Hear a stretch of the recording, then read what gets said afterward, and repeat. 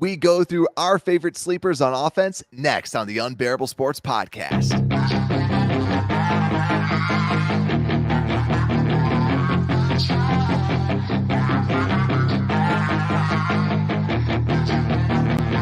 Yeah, she's got some nice long hair. Welcome back to the Unbearable Sports Podcast. I'm your host, Brad Barron. Make sure to like and subscribe out there on YouTube and rate 5 stars everywhere that you get your podcast. Just search for Unbearable Sports. PayPal, 1 week away from draft season. I mean, draft. How are you, my friend? It feels like it's been so long. Like we've been talking about the draft so much, and I'm just so excited for it because then we get the draft, and then we can basically be like, all right, this is what we can do for the rest of the offseason. And now we can start talking about the players we drafted and actually quit all this hypothetical, bull crap. It just maybe other people are too, but I'm kind of the point where, like, all right, let's get down to the actual what's going to happen instead of, the hypotheticals are a lot of fun at first. And then it's like, all right, I don't know about everyone else now. I agree with you. Like, I just feel like this draft season has been like extra bull crappy. Like, there's been extra crap just sprinkled all over this where you're like, I don't care. Like, or there's just so many rumors swirling around. It might have also just been because the Bears are always trying to trade down. And maybe we're just not used to having a first round draft pick also. Like, is this how it is every season? But actually having draft capital and where it's like we're actually optimistic with the season, like if we got a quarterback now it's like build off of him. So it's like, yeah, we're looking forward to something. Well, past years, it's like, all right, we got Mitch Trubisky. We don't really trust the coach. The GM was kind of odd. Yeah. And now I feel like this year too, it's because now we just got the rumor that Daniel Jeremiah said that he wouldn't be surprised that he has like an inside source that's telling him that the Bears would go with Bijan Robinson at 9. And we talked about it last episode, just talking about Bijan, where it's like 9's a little rich, especially when you look at the contract. And that's where it's like, all right, next week can't come soon enough because I love the draft, but my God, these rumors have to just go away. just be gone, and then we can just see what actually happens. But we're excited. Today we are breaking down the biggest draft sleepers. We've gone through a handful of mock drafts and what we think, but really today is about helping Justin Fields. Who are the players that can help Justin Fields? And so we're really breaking down wide receivers, running backs, and tight ends. I have 5 that I chose, and PayPal chose 5 that he chose. And also the big caveat here is that they have to be day 3. So I've seen so many people say this is a sleeper in the second round. It's like, it's not a sleeper. That we're talking about true sleepers. PayPal, you have one that's going like undrafted. So I'm excited to get in. There were more I was looking at that were undrafted where I was like, all right, we can't have all undrafted guys here. That would be kind of really ridiculous. Yeah. There were a couple other ones. Everyone's in the 4th. It seems like the 4th round is insanely deep. That's at least like my take was all these great people that I liked are now moved up to the 4th round. But first we're going to break down wide receiver because recently the Bears re-signed Dante Pettis. There was a lot of hate on Twitter about this, I felt, but honestly, Dante Pettis, he's your 6th wide receiver. He's a good special teams player, and when he's not asked to be the starter, you like him as a 6th receiver. I see him just competing with EQ, but really, we're still going to be in the market for a wide receiver, and hopefully we draft one late. But PayPal, I guess, any thoughts on the Pettis? I know you were talking about Pettis before that you kind of like it, but I liked his honestly his performance last year was not bad. Like he's just a good backup. Like he doesn't really mess up too often, besides the drop balls here and there. Yeah, he had a handful, yeah. Yeah, but I mean, everyone else on the team was just awful with the hands, so he He's not wasn't number really. one. Yeah, he wasn't an outlier. So I like him, yeah, as a special teamer, and I mean, he's still kind of when he was drafted, he was kind of that punt returner, because he went off. He had like 3 or 4 punt return touchdowns in college. So if Velus Jones is not that punt returning guy, and he looked good at kick returning, if he can't transition into punt returning, that's probably why we have Pettis. Totally. I feel like that would be the big story is if Bayless isn't looking good, then you have Pettis. But if Bayless does look good, at least on special teams, then it's just EQ versus Pettis. But let's go into some people that can dethrone Dante Pettis, dethrone EQ, so we don't have to see these guys anymore, and we can just enjoy the Bears. So, PayPal, I'll let you start with a wide receiver because, like I said, we had 5 total people, and you had 3 wide receivers. I had 2. Who do you want to go through first? I say let's go with the higher ranked one I have with A.T. Perry. I like A.T. Perry. Yeah, his film is fun to watch. He's wide receiver 6'4", 198 from Wake Forest. And the thing that kind of just steps out right at the get-go is like his length. And 2, for me, when I was watching his film, is his like he jumps towards the ball, which I always like. Like, a lot of receivers will kind of just not go towards the ball. And that's when turnovers happen. And that's when your quarterback gets mad at you because it's like, why aren't you going towards the ball? And he really just goes at it, is aggressive. And how can he not like his length? I mean, his size is kind of that perfect when you see like a Justin Jefferson, or you see these up and coming wide receivers of their height and their weight. And yeah, the thing is he had like one of the most deep target percentages in NCAA last year. It's just kind of now getting those shorter receiving routes and those medium routes where he kind of struggles with those routes. But as like a deep ball threat, that's kind of what he was known for in college. And as well, like his consistency was good, which just jumps out to me. It's like, if you're consistent, that means, especially at a receiver, like you have some sort of connection with your quarterback and you're just a good receiver. And your quarterback trusts you. Yeah, I liked it when you had A.T. Perry out there, and we were joking about this pre-show. He was someone who was like 2nd round, then he dropped to 3rd round. Now he's projected to go in the 4th. So yeah, like early day 3 is it's not bad. And the only thing that I will say too is, you talk about consistency, how he got the production. I know from my perspective, though, too, I get a little bit nervous about his consistency on the flip side, where he was productive, but he had a 10.4% drop rate over his career, right? Like, just inconsistent hands. And sometimes when he was running a route, just showed some inconsistencies. But I like this as a sleeper. Like you said, 6'4", 6'10" wingspan. Like, dude's an eagle out there. Yeah, I like him. That's where the 3rd round, I think if we get him in the 4th round, I'd feel more comfortable getting him. Because, it's like a lot of these guys, at least I know on my side at least, are kind of project players. They're not going to be these guys. At least that's what they're kind of viewed as. That's why they're obviously in these later rounds. They're more projects rather than going to be stars in the NFL right away. So he has that frame. He's got the length. He's got those physical intangibles. But now, just kind of get that consistency of the hands and all that stuff. I like it. And I agree with you with the day 3, because I don't know about you, but when I was going through everything, it's either they're tiny, they're either like too small, they're either too big and slow, or like if they have the exact body type you want, they're in a small school. Or there's injury concerns. Like, there's a big but on every single one of these players day 3. That's why they are day 3, is there's like a giant thing. Like, that's wrong with them.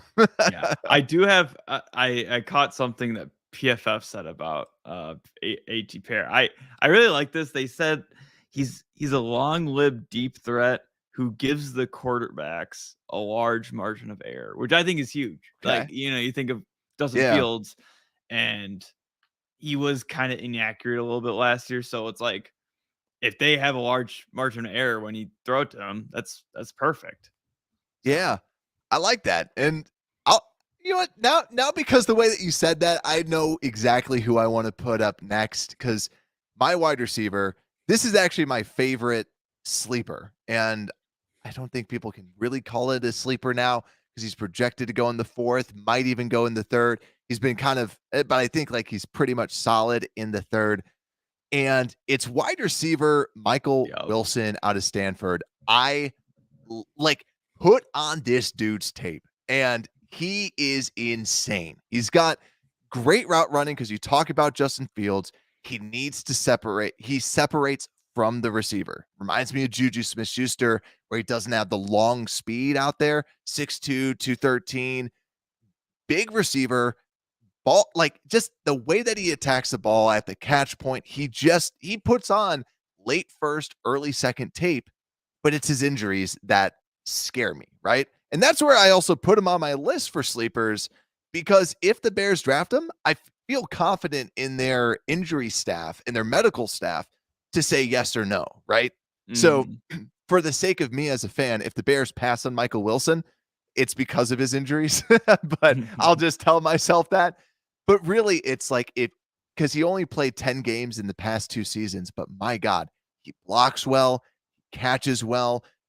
He's just a reliable threat, and he gives the Bears something that's different. He's a bigger bodied guy that can separate with his route running. And I forgot who it was out on Twitter posted this, but that 1920, they posted it out and said like the Bears, they had what they value in a receiver, and it's the separation. So to Yeah. me, Wilson can separate, and that's why to me, like he's legit my number one. So Yeah. I really liked him too. I saw him and uh he has all the attributes that you want. And there's a reason why he's rising up. And I think it's important to think about like what are the receivers that yeah, like we talked about is EQ going to be kind of the receiver that we take out next year and then replace with a rookie or yeah, something. Because I mean, he would be a great replacement just because he is a good run blocker. He's bigger. Um, he's kind of that bigger receiver. And some of these guys that there might be some smaller receivers that we talk about where that might be a replacement for Mooney. We don't know if they want to pay that true. huge contract next year. So I think that's something important to think about when we're looking at these, whether it's a running back, tight end, receiver for Justin Fields. Yeah, and Wilson just like my God, I haven't even mentioned the Senior Bowl, right? Senior Bowl standout, and we know that the Bears love to draft people out of the Senior Bowl. Wilson's that guy, right? He Mhm. was that standout. Him and Tank Dell were the people that were putting on his show at the wide receiver position. So, also too in the comments, if you have any sleepers that you really like, day 3 sleepers, let us know who your favorite prospects, wide receiver, tight end, running back. Also, Reload's asking, are we happy for the draft next week? Oh Yes, yeah. we are. Can't wait for it to be done and can't wait for it to start because It's been way it'll too be long. it's been way too long. It's been such a crazy draft, so it'll be nice to get this going. But PayPal, you got 2 other people. Who are you gonna go Ooh. with Hey, next? let's keep going with these bigger receivers, Okay. Brad. Let's go let's see if you can guess it. Bryce Ford Wheaton. Yes. Wheaton. Wheaton. But yeah, he's a redshirt junior out of West Virginia. Kind of that same size, 6'4", Jeez. 221. Well, definitely bigger. This is the first thing. I mean, he's known for his athleticism. Let me pull up what he ran at. Yeah, he ran a 438 40 and a 1.5 10-yard split. He had a 41 inch vertical, 10 uh basically 11-inch broad jump. His 3 cone wasn't the best, but hey, We'll like let that slide. Yeah. yeah, we'll let that slide. Maybe DK Metcalf is doing pretty good, and he didn't have good lateral speed at all. So he has all the physical tools, and I think that's kind of maybe my that's how AT Perry was as well. So huge frame, good physicality, kind of lacks that route tree as well. Little more. Like you watch his tape and he doesn't have like complexity. He doesn't really have that like Yeah. diverse route running at all. He just kind of runs, and just because he's so big, he is open and can honestly, when he gets the ball, it looks pretty good because he can run and juke and truck people over, but then it's kind of getting open for the ball where he kind of struggles. So that's why he's projected in the 5th round. Um, Definitely a big project, but when you have the receiver core that we have right now, he can sit, a little bit. And I know I kind of hinted at this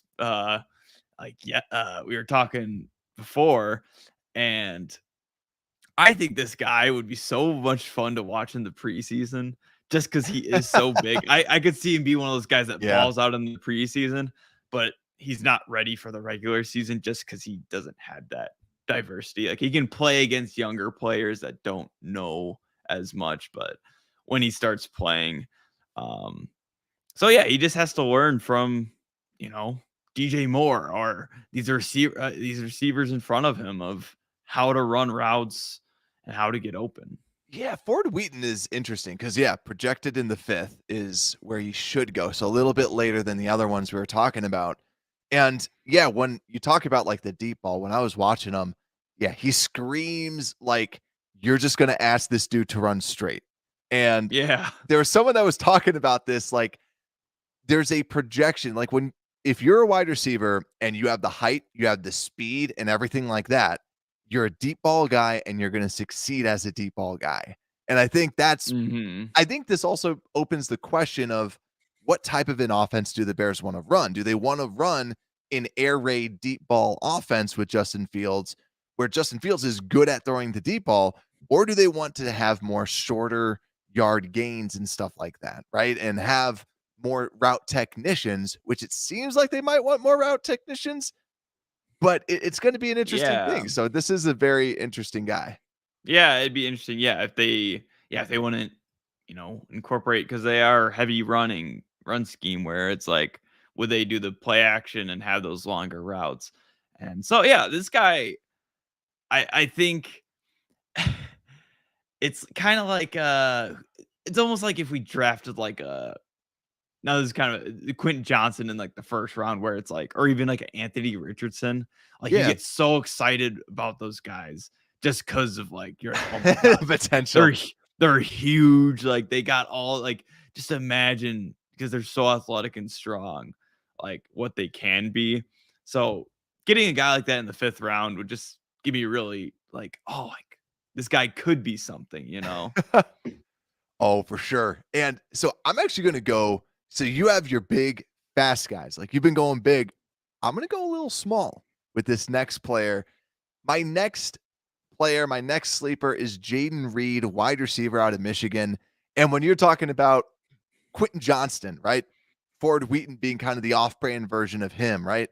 Jaden Reed to me is the off brand of Josh Downs. I think I said that last Mm. show. So the downside of Reed is like everything about him is small. He's 5'11, 187. He's got like a 33-inch vertical and he's got 30-inch arms. So everything about him is short and short vertical, short arms, short player. But he honestly, what you put on the tape, this guy's aggressive at the point of attack. He's when the ball's up in the air, he's going to come down with it. He's got good hands. And I really like what he's able to put on tape. He's yet again one of those players that can separate. So he can separate from the wide receiver, get open, get the ball out to him. And that's what I really like about Reed is he's again one of these people that creates space, creates separation. So to me, that's what I'm really I was trying to get with some of these wide receivers is who can create some of this space. And that's why to me, he's one of my top 5 sleepers that you can most likely get in that 4th round type of range. Yeah, I like that. That's the thing that is kind of getting me. I don't know if we need that bigger receiver or these short guys. Like Yeah, like it yeah. seems like someone short like this would not be even kind of. I mean, he is 5'11", so it's not terribly short, or not talking Yeah. like 5'9" or something. But below 6 foot for a receiver is pretty small. But it seems like the league is kind of evolving into this where short receivers that can get open, like, are Yeah. pretty darn good. Like, you don't need that tall guy to catch the ball. So I like too. Yeah, he's from Naperville. So Oh just yeah. another reason of bringing in kind of a hometown Illinois kid to the Bears. Yeah, the Bears were probably like, "All right, do you like the Bears?" And if he said Yeah. yes, he'll be like, "We'll get you. Don't Did you don't grow don't up you watching worry the about Bears? Yeah. Okay. don't worry about that, man. We'll bring you in." Who's your favorite Who's your favorite NFL player that you watched as a kid? Oh, Brian Urlacher? Okay, sounds Yeah, yeah, exactly. Say no more. We'll bring you in. good. Cool, cool. So PayPal, you want to do your last who is your last wide receiver that you got? Yeah, this one is kind of that undrafted 7th round. Who knows where he's kind of gonna go? Jalen Morano Cropper. I I'm just gonna say it, Brad. I am a sucker for especially wide receivers with 2 last names. I don't know why. Yeah, seems that way. I don't know why. I always just think they're just so much better. They look so cool. I don't know why. It looks cool when you got 2 last names on your jersey. Maybe it's just me, but I don't know if it's like an actual if receivers are good with 2 last names. I guess like Juju Smith-Schuster, Valdez And Scantling. They're that's not it. amazing. Yeah, they're not amazing. They're just kind of decent receivers. But yeah, Mir Smith-Marset. The GOAT. The GOAT. Yeah, but that's the comp we have for him. And it makes sense because he has like Amir, if you remember him, like he has like he could get open. He can get, he can sell people. He has this good route tree, but it's like Morano Copper, he's had 7 fumbles on 22 catches. So Just just like like Smith Marset. yeah, Yeah. they know how to fumble, and we don't know exactly. We didn't track down when these fumbles happened, but hopefully they didn't happen when you're in the 4th quarter trying to win the darn Hey, game. if it But wasn't for Smith Marset, we wouldn't have DJ Moore true, right now. So we would not. God bless Amir Smith Marset. That could have been even last year. Like it's burnt into my memory now. Yeah, because it's weird. Maybe I just have a type or something, but I liked Amir Smith Marset when we got him because I'm like, this guy can get open, um, just like Jalen Morano Copper. I mean, he definitely is going to be a slot. He's not that big. Yeah, 5'11", 172.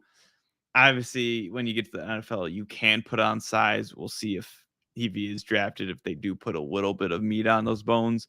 But I just like that he is a great route runner. And PFF said he has one of the better route trees in the draft class, like the craftier route running. So getting that compliment from PFF and you're in the 7th round, um, I think that's a good compliment. It's just kind of getting, the size and Yeah. the size is not. I don't see it as too much of a complaint Okay. sometimes when you're able to get open, Yeah. and how you're used into an offense. And I feel too like what you're saying. This is a 7th round pick, right? And I think that gets weighted into this because I don't think you're saying this is better than all these other players, but he's more of Oh yeah, a no. find in the 7th round, like for the value. That's Mhm. huge. And yeah, I haven't watched too much of him, so that's why I was really curious, like your take on him. But yeah, I saw a little bit, just the shake, the wiggle that he's got. Definitely can see that. But yeah, the 7 fumbles on 222 catches. That's a little freaky, especially when you're talking about someone small. Like if I'm an Yeah. NFL player, I'm like, dude, I'm going for the ball, just like they did for Smith Marset. So But PayPal, I gotta ask you though, because we were saying that this was difficult, right? So we still have running backs, we still have tight ends that we're going to be going through. But at the end of each one of these, I'm just going to ask: is there anyone that you have for honorable mention at the wide receiver position that you want to just bring up? I got like Yeah. a crap ton. Yeah, so one of the undrafted guys is Jaden Hazelwood. I had just a fun guy. Like he was like a 5-star recruit coming out. So like he Okay, has the kind of potential. Definitely didn't like produce as much in college, but like there's something there. Um and then Tank Dell, I kind of was saying Tank Duh. Like I don't think he's really a sleeper anymore. he's kind of second and third. Like, yeah, it's Yeah, he's like, he was kind of a sleeper technically, but now, like, he was kinda I was like, "Alright, he's not." He yeah, who knows if he does drop to the 4th, to the this 3rd is day, true. I mean, like, get him because he's another guy, like, yeah, he's small, but he has a really crafty running For a ability. 4th round pick, it's like the sky's the limit with it. Like, it's when you draft him in the 2nd, right? Like, when the Rams drafted Tutu Atwell that high. It's like, that's when you get messed up, when you draft the Yeah. tiny freaking person super, super high. But I honestly think that Tank Dell's better than all of those players. Like, I never was high on Tutu, but, like, when you Yeah, watch he Tank, he was he's just just different. fast. Yeah, Yeah. Tutu was just fast, but Yeah, so some other players that I had on my list because I know that the Bears looked at Tyler Scott and Jonathan Mingo. They brought them in for top 30. Those guys are more projected to go in the 3rd round now. So that's where it was like, I don't want to add those guys out there. But I've always loved Tyler Scott. He's just been soaring up the draft boards now because people are like, wait, he's also fast. It's not just Jalen Hyatt. Like, yeah, he's really good. So that's why I didn't yeah. think he was like a sleeper anymore and see more of a 3rd rounder. But some other people too. Dontavion Wicks was someone out of Virginia that the Bears have brought in. A lot of people have brought in. And PayPal, did you watch Dontavion Wicks at all? Or Mm-mm. so he was on my list. He's the definition of honorable mention. He was on my list, but I took him off because I realized I was watching his 2021 tape that made me be like, dude, he's awesome. Because in 2021, Uh, he had over 1,200 yards, looked amazing. In 2022, okay, he is the only receiver that I know that has a higher drop rate than contested catch rate. He has a 23.1% drop rate. Drop wow. rate. He's dropped almost a fifth of the catchable passes thrown to him last year. That's Oh my freaking gosh. nuts. That's terrible. So he was projected to go like super high last year, but then he had a terrible year this year. 30 catches on 72 targets, a 21% contested catch rate. He looked awful. Like he looked awful. And I believe his 40 time was like a 4.6. It was like he was slow. Everything was Oof. bad. And this is a guy that's supposed to be a home run threat. So to me, I was like all on board, but now I'm like, the more that I watch from last year, I'm like, go with everybody else. Like, and I think that's why he's being brought in by everyone because people are just like, what can we What say about? happened? Yeah, Yeah, what what? happened? Was there something going on that year or what? And it's not like, oh, it's just when you're that bad, when you can't catch, right? It's different if like you tweak something in your leg and you can't run. But yeah, he just looked awful out there. So I think people are bringing him in, being like, so what happened with everything? But last little guy that I just will bring up, um, uh, what who is it? Let me pull it up. Grant Dubose out of UNC Charlotte. He's a guy that can go undrafted, and he's like 6'1", NFL body type. Just went to UNC Charlotte. Has very good like wiggle and very good like contact balance for someone that will go super, super late. Worth a flyer in UDFA or maybe even a 7th rounder if you didn't pick anybody else up. But yeah, there's a lot of other wide receivers out there, and that's where two wide receivers might be good to definitely take a hit on a little bit later on. The PayPal, let's go over to some running backs out here because we have the big running backs up front, right? We have the big 2-down running backs that we have with Deonta Foreman and Khalil Herbert. So I wanted to try and find a running back that I felt, first off, running backs were very hard to just whittle down because I thought there were so many good running backs out there. But this Yeah. guy to me, I thought was the best complement of basically everything and had the potential to be a do-it-all back. And that's Tyjae Spears out of Tulane. Redshirt junior, 5'11, 201. Reminds me of Justice Hill coming out, who eventually went to the Baltimore Ravens. Projected to go in the 4th round. His biggest strength, he's got this crazy pop to his game with acceleration. But where he doesn't have the pop is in the pads because he does not have good power at all at 201, a little bit small at the running back position. But that's why we have Foreman. That's why we have Herbert, right? And when we broke down Bijan, Bijan had over 1,000 yards after contact. Same thing with Tyjae Spears.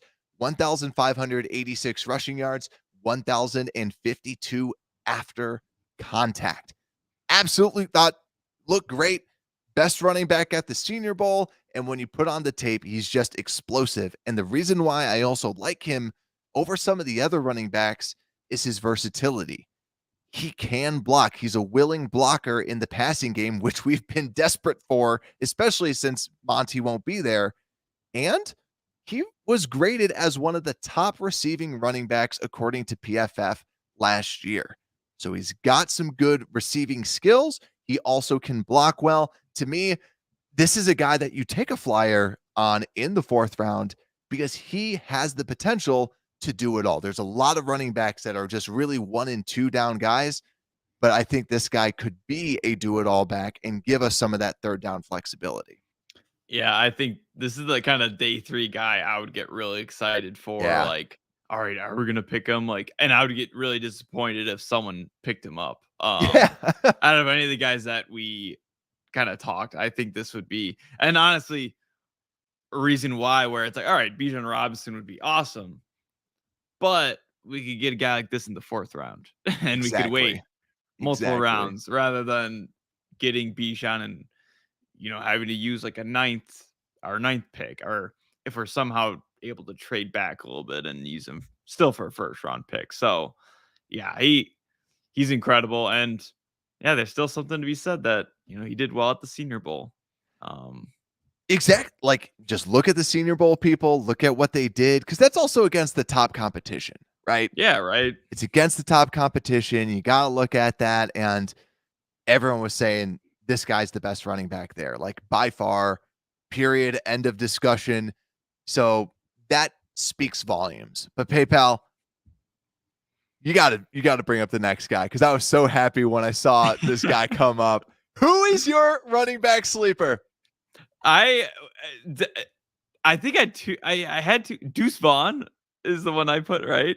Yes, yep, Deuce Vaughn. That's correct. Okay, I had two on my list. I was like, I hope I don't get Brad disappointed because I know you like this other guy that I had.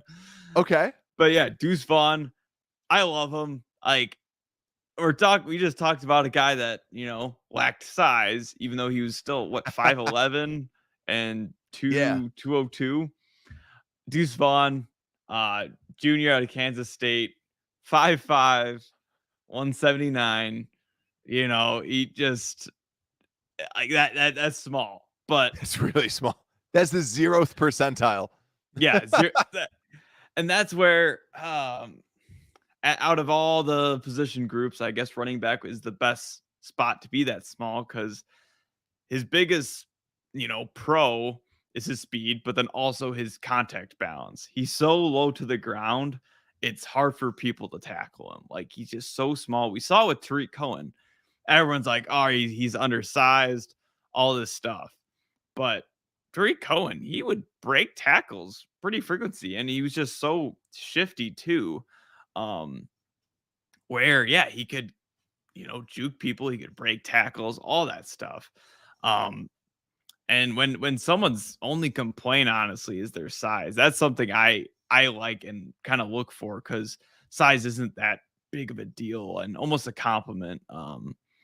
when you're running back, because people talk about how you can't even see the person then when they're running. Like they're behind these 6', 6'5" linemen, and 6'4" Justin Fields. Is he 6'4"? 6 something Justin Fields. And then you got this 5'5" running back behind him. So I love him. I mean, there was even an AFC scout saying that this kid is going to be something great, even though his size is beyond horrendous for an NFL back. But he has that heart, he has that mentality, he has all the stuff that you're like, this guy could be great. And I think people just root for him. He's an oddball out, he's an outlier, so it'd be fun to get a guy like this. Yeah, I agree with you. I think also too, he is different than I'd say a Tariq Cohen and what Darren Sproles. I felt like his tape. Yeah. I like it. I've mentioned this on the show. I don't know why, but I watched a lot of Kansas State this year, and it seemed like they were always on. And this guy was just extra fast. He was faster than everything else. But man, the dude can't block. Like, he just gets popped. Also, Adam said, yeah, Justin Fields 6'3", close, but close. Still big. On his tippy toes, he's 6'4". That's what I was talking. Yeah, but yeah. So Deuce, though, like, the big fear that I have is as a third down blocker, right? It's comedic when you see him pass block, because he just gets bulldozed. He's so small. He's so, like, he just needs to learn how to, like, cut and just throw himself down and just pray to God that, everything's good. But the thing that I love about him is that he does line up wide. I don't have this stat exactly out here, but I was looking through what running backs played out wide the most, and Deuce Vaughn was up there. I want to say it was around like 40 times that he lined out wide or in the slot. So he has the versatility. He can play wide receiver if you really wanted him to, but what I love about this is he could give you what Ebner wasn't. And Ebner, it's like you can cut ties with him and just go on with Deuce, right? You don't have to be married to Ebner, because everything Ebner showed you was trash. Like, let's be real here. So with Deuce, I love the upside of Deuce. And if you're getting him in the 5th round, why not? Right? Mm-hmm. And it would be so, because one of his compliments for even being a smaller running back, he runs in between the tackles really well. Like, he has great ball carrier vision, which translates heavily into the NFL. And it'd just be so funny to see him like run in between the tackles, say like Tevin Jenkins, and I'm still dreaming about getting DeJuan Jones. But say he ran in between DeJuan Jones and just these giant guys, Tevin Jenkins. And it's like he's like at their waist level running in between them. But he would just be a fun guy to get, if he does drop to the 5th, it'd be great. Just these freaking walls. And just they're like Operation High Deuce. He just jumps on the back of DeJuan Jones. And DeJuan just runs with him. Like, one can dream. One can dream. But yeah, I love it. Right when I saw that, I'm like, he doesn't have to be on mine. Yeah, Deuce Vaughn, good player, big risk though because of the size. But next, I also had another running back. This was someone, because PayPal, when you sent me over your list and we were kind of going through everything, I was like, you have so many late round guys. I need to get a late round guy. I love so many 4th round running backs. So I ultimately just went with the Tulane guy, but I found a running back that we talked about at the combine that we're like, who is this guy? And I watched his tape, and my God, he turned my head. That's Deneric Prince out of Tulsa, right? Like, this was, because I was just going through, I was just grinding the tape, and I'm like, this was the guy. We were like, he was awesome. And Deneric Prince out of Tulsa, redshirt senior, 6 foot, 216. But when you see him, he seriously looks 6'2" and like 230. And he runs like Isaiah Pacheco, where he's just aggressive. He's got that like pissed off running style where his arms are just flailing, and he's just like, he just has that aggressive, choppy nature to him. Projected to go in the 7th round, might even be undrafted. So very, very, very late running back. The big weakness is his lateral agility, so not good going to side. Kind of just finds the hole and hits it, which is a lot of what the Bears like. But he doesn't have great vision. That's the big thing. But also, yeah, lack of agility, not a lot of you know, greatness at finding the hole. That's where I do get a little bit nervous because he seems to project best to a gap scheme, and we heavily run zone. Doesn't mean we only run zone running plays, but it's still like we're not a heavy gap scheme. But also, this guy never really was a starter. Spent 2 years at Texas A&M, played 1 game, and then also played just was kind of like a backup at Tulsa. Just shared some of the load at Tulsa, but really just has this big ferocious nature to him. On tape, he showed that he has decent hands. And I think this is where he has some upside, and as a 7th rounder, it's like, why not? I think that he could be someone that either does absolutely nothing, like quickly they're just like, yeah, this guy stinks, or they're like, dude, this guy, kind Yeah, of we like with got Pacheco, something. where they're like, we got something with Prince because he's just different, and it's exciting to watch him, and I just think in the 7th round he was one of the running backs that stood out over everyone else, and it might have just been because of his aggressive running style. But Yeah. yeah, Yeah, I totally forgot about him. And yeah, right. he definitely, I remember him turning my head. It's been, I guess, another negative. He is 23. I think his birthday was actually 9 days ago. Oh, So happy birthday. yeah, happy late birthday, Generic Prince. But yeah, I think that's, his career is gonna be short if he's already 23. You know how running backs, it's just you do not have a long career. So Yeah. he'd be fun to try out. Yeah, and I felt overall though, just with the who you could get in the 7th, that's where he really stuck out to me. But the 4th round, though, 4th, 5th round is like jack full of running backs because I like Kendre Miller. Like for the people that were honorable mentions, it's like every 4th round running back. I like Kendre Miller out of TCU. I like Roshan Johnson is one of my favorite running backs out of Texas, but I felt like he's another 1st and 2nd down running back, which I like who he is, but I don't love him for the Bears this year. Zach Evans was someone that I really like out of Ole Miss. Keaton Mitchell has great speed. Chase Brown out of Illinois. But PayPal, anybody else that like was on your honorable mention? Yeah, Who was the I other guy that you had? I had Yeah. Keaton Mitchell. I know you love Keaton Mitchell, Yeah. so I had it on there, but it's like we've talked about him. And something quick, I think it's just good to point out. It's like and it is important, like why we have to kind of look at these, late round guys is we have 2 4s, 2 5s, and 2 7s. So like Yeah. That's a we good point. have we have the picks for these late guys. So, you know, we have a lot of 4th rounders. We had some 5th rounders and then 7th rounder projections. So we haven't had a 6th round projection. So Yeah. we're If I'm the Bears, I'm just trading all my picks for early seconds and 4th round picks. Cause like the more yeah. that I see this, I'm like, I love the depth like that you can get in the 4th. And I love like it seems in the early 2nd, that's where you can get some good play or like late 1st, right? Um, Mm-hmm. but yeah, then just so that we have like the top 30 tracker, like the who's been in the top 30 that has visited the Bears. Zach Charbonnet did, running back out of UCLA.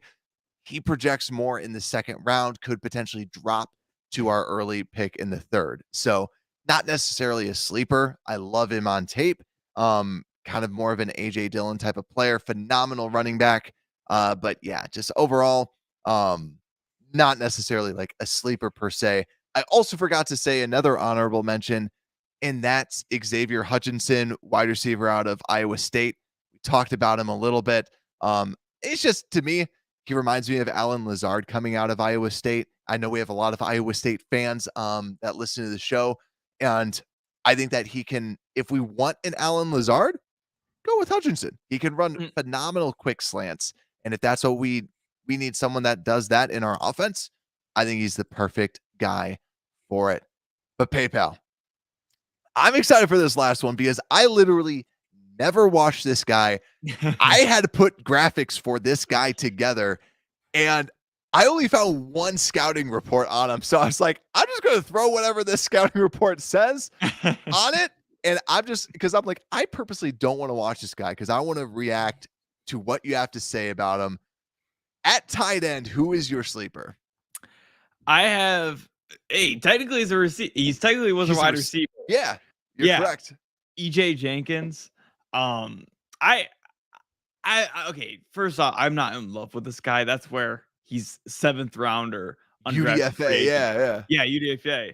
But he has that like upside. I mean, he's 6'6", 245 out of Georgia Tech.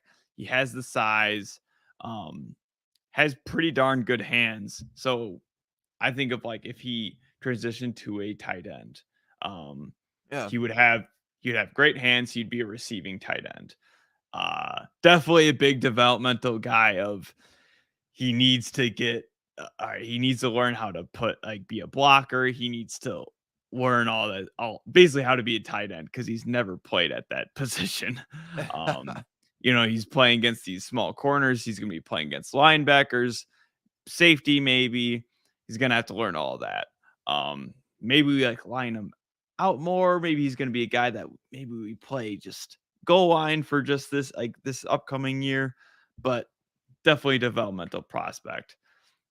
And the thing is, when you do watch him, he does run like a tight end. He doesn't have those insane, he's not juking anyone out. He's not having these crazy routes, but I think he's a fun guy to kind of all right, what if we did get this guy? What if we got a guy that instead of these tight ends that are more of blocking tight ends, what if we get an EJ Jenkins where he's got that prototypical size, and have him for a workout and see how he does. So, yeah, I think of Mo Alley Cox. Like that was one of the first people that I thought of where it's like this bigger bodied guy. And a lot of people had him at like 6'7". And like you said, undrafted free agent. What can you get out of him? I saw that, he was South Carolina for a little bit, transfers to Georgia Tech. And like you said, you see the value with him as a UDFA and as a 7th round prospect. Like you're not saying draft him over half of these players, but yeah, I like it. I like the potential that he at least brings. And yeah, if he's got the size and he can be kind of that slot, like a big slot, right? For us, that could be something good. I think about almost like as the backup for for Robert Tonyan or something like that, right? Yeah, right. Yeah, just kind of like someone that just can learn and absorb knowledge, like kind of under our system, and then maybe 2 or 3 years he could be a really good tight end because we don't need him now. It would just be kind of a guy to learn. And yeah, he had 18 touchdowns, so he can find his way into the end zone. And yeah, did I mention that he has a 4.6 40 40-yard dash? Okay. Yeah. He's a fast cookie. At 245, yeah. Yeah, at 6'6", 245. So he's got speed. And I will say this too, though, because I have a report that I put together, and I mentioned this on a previous show where when you see what teams do in the first round, it's pretty much like nobody really deviates from the board all that much, really. Like someone might jump a couple spots, but then there's like 2 or 3 people that you don't expect in the first round that come up, right? A Cole Strange that happens. And then second and third, you don't see too much variance. It's like a -10 from the big consensus big board. Then when you get to the 4th and 5th rounds, that's when you start to get like each pick is basically a round back from consensus. But then when you go later, it's like 2 rounds back. So people tap into the UDFAs. And that's why like what's so frustrating about the late day 3 is you start just screaming and you're like, that guy's on the board. And we drafted Treston Ebner, who's like the 300th overall prospect. You're like, why did we do that? And but that's what happened. So it is a good person. And like I said, I never looked at him. So I'm glad that at least you found this dude. You found this guy sleeping there. So I would be on the lookout for him on draft night just to kind of see, Where Yeah. is he at? And I does he I actually think get drafted? I think that is fun just looking at these guys now and be like, "All right, now where do they go?" I kinda track all these guys and see, if they actually did well or, does he probably most of these guys probably will end up with a team. It's just whether, yeah, if they're just gonna be on a practice squad or if they will start or they're gonna be backups or whatever. Well, it's frustrating because, like, I kind of want to listen back to our older episodes because I felt we were saying, like, oh, Jack Campbell's the best linebacker. And then all of a sudden he's the best linebacker. And like, there's Yeah. Keanu Benton, we're like, he's a great steal in the Yeah, he's fourth great steal in the round. 4th. Yeah, then And what? then, nope, now he's going in the second, like, and most likely upper second. Some people are saying first, like, great. So, but this next guy, yet again, I had someone that I liked, and I'll bring it up later, but this guy's projected to go in the 6th. I think PFF has him like in the 4th or so. So later round tight end. And I have Davis Allen out of Clemson, 6'6, 245. Kind of like Harrison Bryant, very reliable catcher, very reliable target that you can just throw the football to. Reminds me of almost like an off-brand Darnell Washington, right? Like Mm. someone that you can get later. Big body, good, good receiver, but also a decent blocker. He looked good in the blocking game. He's got the length, he's got the reach that you want out of a blocker. And if he's someone that you can get in the 6th round, by all means. But just like with Darnell Washington, though, the guy can't get open. He runs the most boring routes known to man. And it's like pair him up with the wide receivers coach, right? Teach this guy how to run a nice, crisp route, doesn't sink his hips well, just does not look natural running some of these routes. So hopefully you can coach him up because this dude catches. I just got to pull up these stats real quick. Receiving 2.5% drop rate. Great. 69 grade run block grade, which is a very, very good run block grade for a tight end. But his contested catch rate last year, 91.7% catches on contested targets. That's nuts. Yeah. Career was past 2 seasons was 17 out of 20. This guy, like, the ball's up in the air and he just has those ball skills where he knows where to be. He's going to bring it down. And the big question is, we've said this, Justin Fields doesn't like throwing to people who are covered, right? It's a good thing to Mhm. have, but he doesn't, even if they're a little bit covered or NFL open, he doesn't throw it. Davis Allen will not get open. But to me, that's where he reminds me of Washington. Washington does not get open. Allen does not get open. But can you teach him how to do that? Because if you can teach this guy with sure hands, the ability to jump ball and get the ball and block, and he's 6'6", like this guy could be a steal if you just get him the right coaching, teach him that little quickness, because 4.8, 440 time, he's not blazing speed, but it's not just about the speed. It's about setting up your routes properly. So with good coaching, this guy could be nuts. Yeah, what we really should have been looking at for tight ends, Brad, is if any of these late round guys ever played basketball. Like if they were, If it's you look always at the basketball draft, yeah. yeah, it's like did they play basketball? Like, because he's Jimmy Graham, was it Antonio Gates and all those guys, all the great tight ends, Tony Gonzalez, they've all played basketball. So maybe we should it'll be our next like draft analysis is just did any of these tight ends play basketball? Because from what it sounds like he is, just from his like Yeah. ability to win these contested balls. So It's nuts. Yeah, like he's a lot of fun to watch from a highlight reel perspective. And he blocks well. Like I said, he blocks very well, has everything that you want out of a blocker. But yeah, Davis Allen out of Clemson, good good prospect. I really enjoyed watching his film and someone that you can get in the 5th, 6th round. And this is a good tight end class. And so did you have any notable mentions that you wanted to honorable mentions that you wanted to kind of bring up from the tight end spot?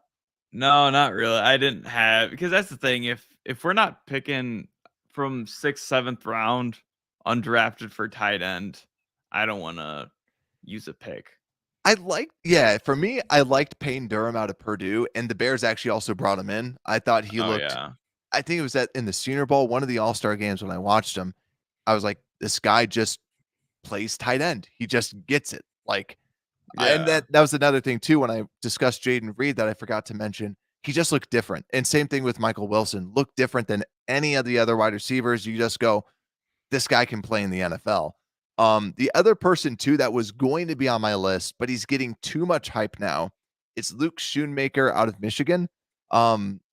He runs very crisp routes, very great route runner, good speed, and decent blocker. I think he's just got the foundation underneath him.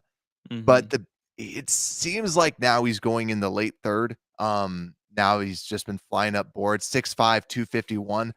One thing, though, that I don't love, and I think why he's not going so high, he's 24 and a half years old. He's going to be 25 when the season starts. And this is where COVID just messes everything up. If you are a tight end and you're bigger than everyone and stronger than everybody and faster, you are a grown man at 24 going against 19-year-olds. Like, he's going to look bigger. He's going to look faster. It's the Velus Jones thing, right?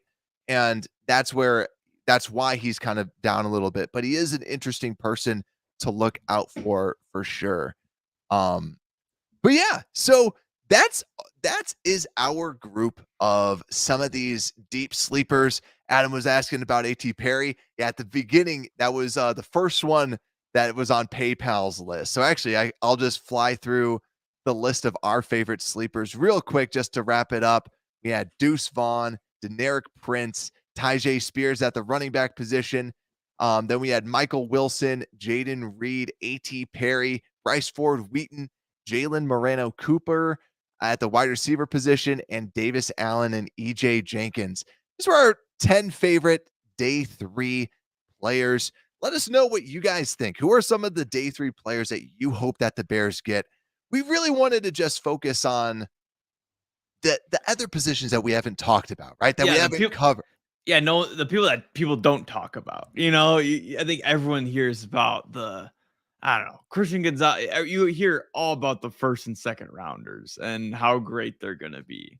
But it's like where you really get the, most shocking players at the draft is Darnell Mooney in the 5th round. That's the stuff that really is like, wow, like, look at this guy. Yeah. And this is what makes the draft fun, right? You draft some of these players, and a lot of these day 3 ones, no one will ever remember, but it's fun to go through this. 1 week away on Sunday, we will be giving our final mock drafts, what we think is going to happen on Thursday next week. You want to make sure to stay tuned. Make sure to like and subscribe out there on YouTube. And if you're listening to the podcast, make sure to rate 5 stars. Appreciate all y'all. And Unbearable Sports Podcast, we are out.